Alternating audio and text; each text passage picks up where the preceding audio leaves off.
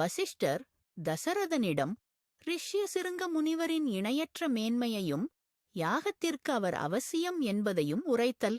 வணக்கம் அன்பர்களே. கம்பராமாயணச் சுவையில் திளைத்திருக்கும் உங்கள் அனைவருக்கும் இனிய வணக்கங்கள். முந்தைய பாடலில் வசிஷ்ட மாமுனிவர் தசரத சக்கரவர்த்தியிடம் ஒரு பெரிய யாகத்தை செய்ய வேண்டும் என்றும் அந்த யாகத்தை யார் நடத்தினால் சிறப்பு என்றும் கூறிக்கொண்டே வருகிறார். அவர் விபாண்டக மாமுனிவரை பற்றி சொன்னார் அல்லவா? காசிபரின் மகனான அந்த விபாண்டக மாமுனிவர் சிவனும் புகழத்தக்க பெருமையுடையவர் என்று பார்த்தோம். இப்பொழுது வசிஷ்டர் அவருடைய புதல்வரை பற்றி சொல்ல ஆரம்பிக்கிறார்.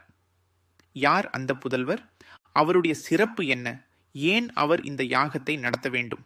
இதோ கம்பர் அந்த அற்புத புதல்வரை பற்றி எப்படி சொல்கிறார் பாருங்கள். வர்க்கலை பிறவும் நீதி மனுநெறி வரம்பும் வாய்மை தரு கலைமறையும் எண்ணின் சதுமுகர்க்கு உவமை சான்றோன் திருகளையுடைய இந்தச் செகத்து உளோர் தன்மை தேரா ஒரு கலை முகச்சிருங்க உயர்த்தவன் வருதல் வேண்டும். அதாவது வருகலை பிறவும் நீதி மனுநெறி வரம்பும் வருகலை பிறவும் வளர்ந்து வரும் கலைகளெல்லாம், அதாவது கல்வி அறிவு கேள்வி அறிவுன்னு பல துறைகளில் சிறந்து விளங்குபவர்.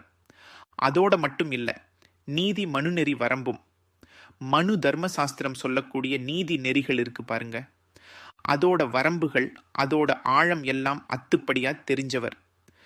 இப்படி பலவிதமான அறிவுகளிலும் நீதி நெறிகளிலும் அவர் கரை கண்டவர் என்கிறார் கம்பர்.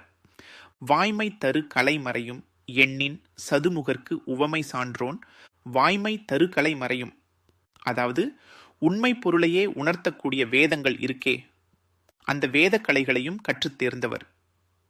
இதையெல்லாம் வசிஷ்டர் சொல்லிட்டு எண்ணின், அதாவது இவருடைய அறிவின் ஆழத்தையும் ஞானத்தின் எல்லையையும் நாம எண்ணி பார்த்தா, சதுமுகர்க்கு உவமை சான்றோன், நான்முக கடவுளான பிரம்மதேவருக்கே ஒப்பான பெருமையுடையவர் இவர், என்னே ஒரு ஒப்பீடு.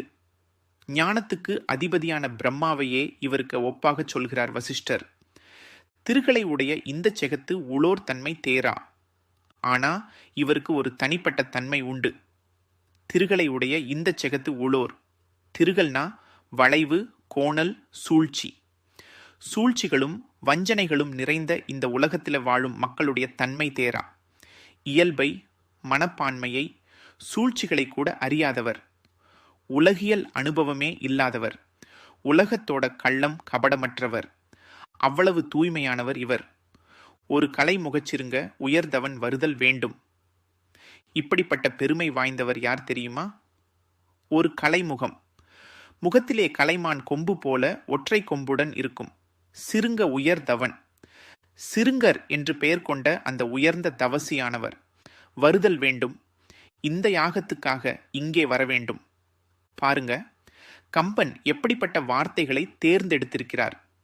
ஒரு முனிவருடைய அறிவின் ஆழத்தை சொல்ல நான்முகனை ஒப்பிடுகிறார். அதே சமயம் உலகியலறியாத அவரது தூய்மையையும் அழுத்தம் திருத்தமாக சொல்கிறார்.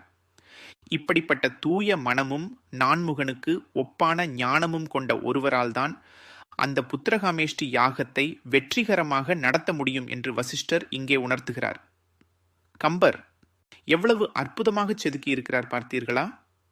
இந்த மகான் யார், அவரை எப்படி இங்கு வரவழைப்பது என்ற சிந்தனைக்கு மன்னன் தயாராகிறார். அடுத்த பாடலில் இந்த மகான் பற்றி வசிஷ்டர் மேலும் என்ன சொல்கிறார் என்று பார்க்கலாம்.